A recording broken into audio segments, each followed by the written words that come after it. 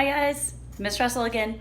We are ready to finish our reptile drawings from last week, and we are going to finish them with what is called Zentangles. So last week we had a black and white drawing. It was to be of a reptile. You got to choose what your reptile was. I did a lizard last week. I have a turtle. That's my finished project. Last week you should have had your background divided up, and then you were to add thick and thin lines to make it more interesting, but it was just black and white. Today we're going to add patterns to it and designs. So I know a lot of times when I say pattern, people will automatically think square, rectangle. And those are patterns, but sometimes patterns can simply fill areas in, like a bunch of dots or circles. So this is another kind of pattern, and we call it a Zentangle. The idea behind a Zentangle is that sometimes people are needing a break. They have a lot of stress in their life, and they need something they can do that is not as stressful and just kind of relaxing. It's almost like what some people use our fitness class of yoga for, where you're relaxing. And that's what the idea of a Zentangle is it gives you something to do relaxing wise. Now, the rule with our Zentangle that we're going to use is that you're going to need to divide your colors up into hot and cold. So let's talk about the colors. If we have the rainbow, red, orange, yellow, green, blue, and purple, there's different groups within that rainbow. If you are to divide that rainbow right in half, you have two groups. You have your hot colors, red, orange, yellow. Pink is also a hot color, but it's not part of the rainbow, but it still counts as a hot color. And your cold colors, green, blue, purple. I always think of the cold colors like winter, like it's snowing. And those hot colors, it's summertime, that sun it's hot, to keep them divided. Now you might have lights and darks, like I have a light blue and a dark blue. That works. I can tell you my purple, I used a marker, and I know it's hard to tell. The purple in my background looks a little pink. It almost gets into the hot colors, but it was purple, so I'm gonna count it. You need to make a choice for your reptile. You're either going to use the hot colors, like I did, or use your cold colors, but only one group inside the reptile. So hopefully you've made that choice. I think for my example I do with you, I think I'll switch it up and I'll use my cold colors. And I'll go ahead and use my light blue and dark blue since I do have it.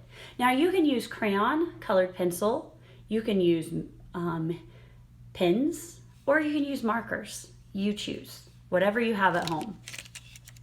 But you need to come up with different kinds of designs and patterns. I have put a video into our Bitmoji classroom that shows you how to do different kinds of Zentangle patterns. And I will write down what to click on to find that pattern video.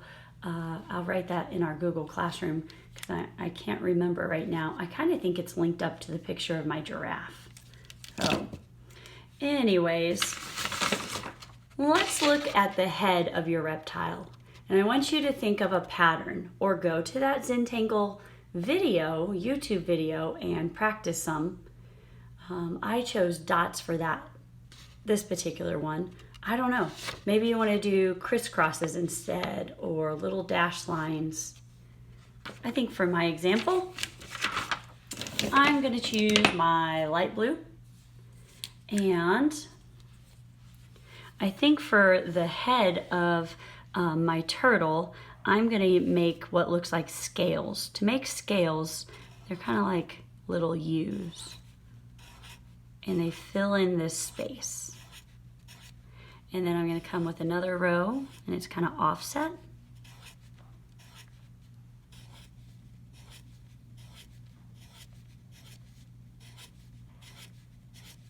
And then I'll come in and I'll fill it around the eyes too.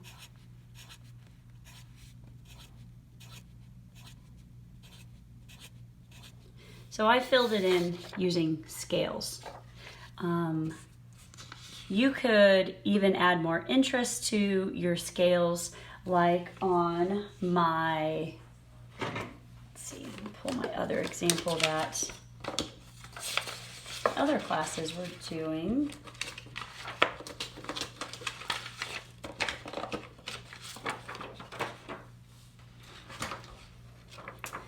Where this one had scales, they added it into the sun rays.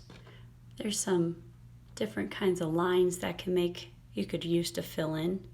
You choose. I could come in with another color into my scales if I want to add more interest and add like a dot. You don't have to use these. It's all about thinking of what you could add to your Zentangle and come up with different designs.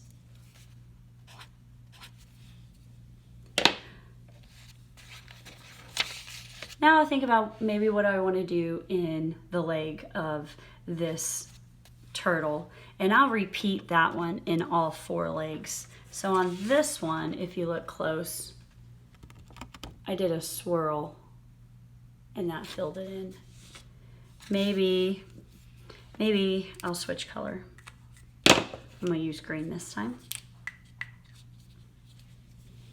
Maybe I'll use lines. And then I'll add some diagonals. So I'm just trying to fill in my space, create an overall design, which becomes a pattern. And I'll do it to all the legs, but I could even add more to that if I want to take maybe my dark blue this time. And maybe I'll add a dashed line going this way.